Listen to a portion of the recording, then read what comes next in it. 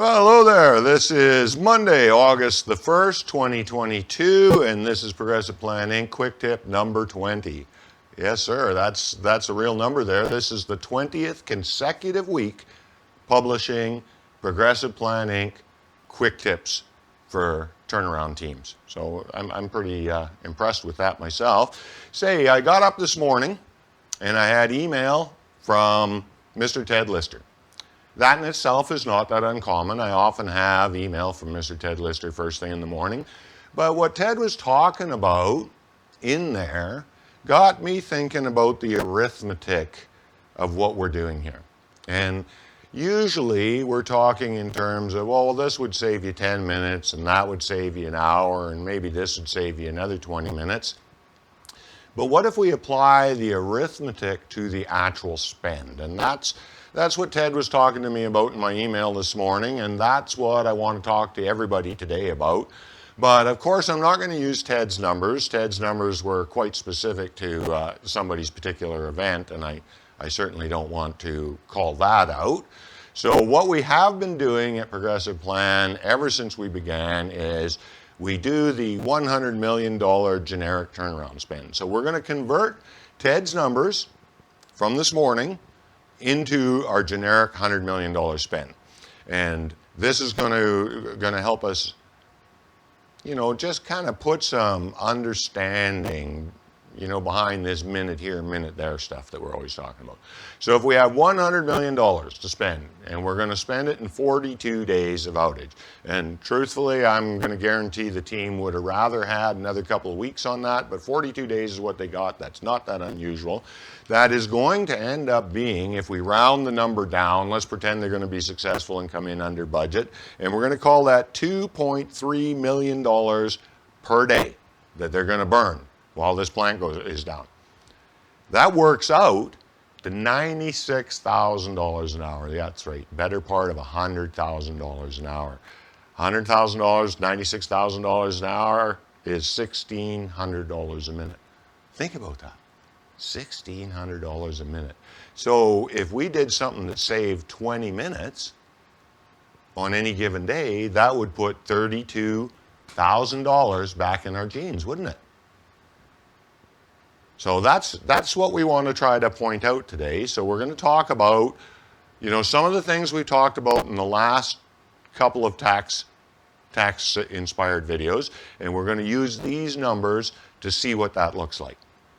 So if this turnaround has 3 permit shacks, 3 places where people go to get their safe work permit to work for the day.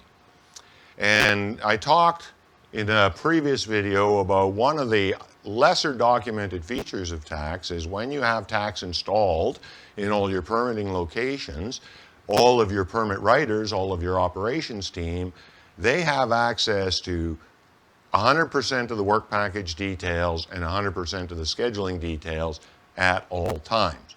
Now, I spent decades out there doing the work that we're talking about these people doing, and the number of people that come into your permit shack missing a work order number, missing details from a work package, sometimes they come in and they're not even sure what piece of equipment they're working on. We're going to say that each permit shack only experiences that one time per day. And I know, any of the currently working operators out there laughing their heads off at that, like one time a day. But let's just pretend that it's only one time a day, so we only get to curtail that 3 times a day. 3 times a day, we're going to save 20 minutes by having all of the work pack details available to the operator when they weren't with the team that came in for a permit. 3 times a day, 32,000, 1,600 times 20, 32,000 times 3, $96,000 each and every day that happens. That's if there's only one person per day walks into a permit shack without the proper details necessary to draft a permit for them. Okay, so that's the undocumented feature. What about the documented feature, right? We're really talking about tax as a zero delay schedule updating system, aren't we? And we're really talking you know, the primary work of a turnaround is really all about our inspection cycles. And what we all want is our inspectors in those vessels ASAP, because some of them are going to find work, and some of that work we're going to have to complete, and the owner is not going to give us any extra days. We still are only going to have the 42 days.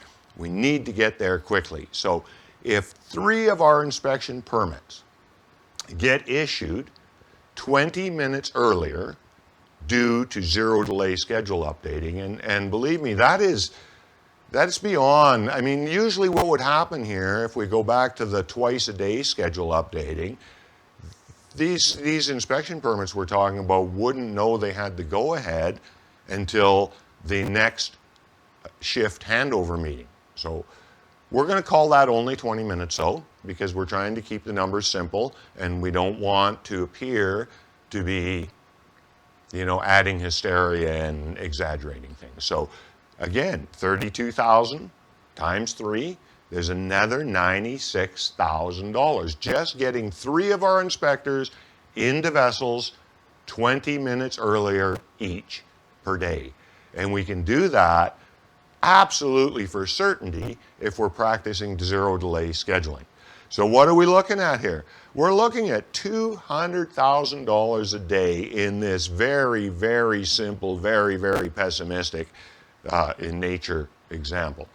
I think anybody that's ever worked out on the iron knows that just these 2 examples of permits without enough details and getting the inspectors into the tower sooner is way, way bigger numbers in any turnaround, certainly any turnaround I ever worked.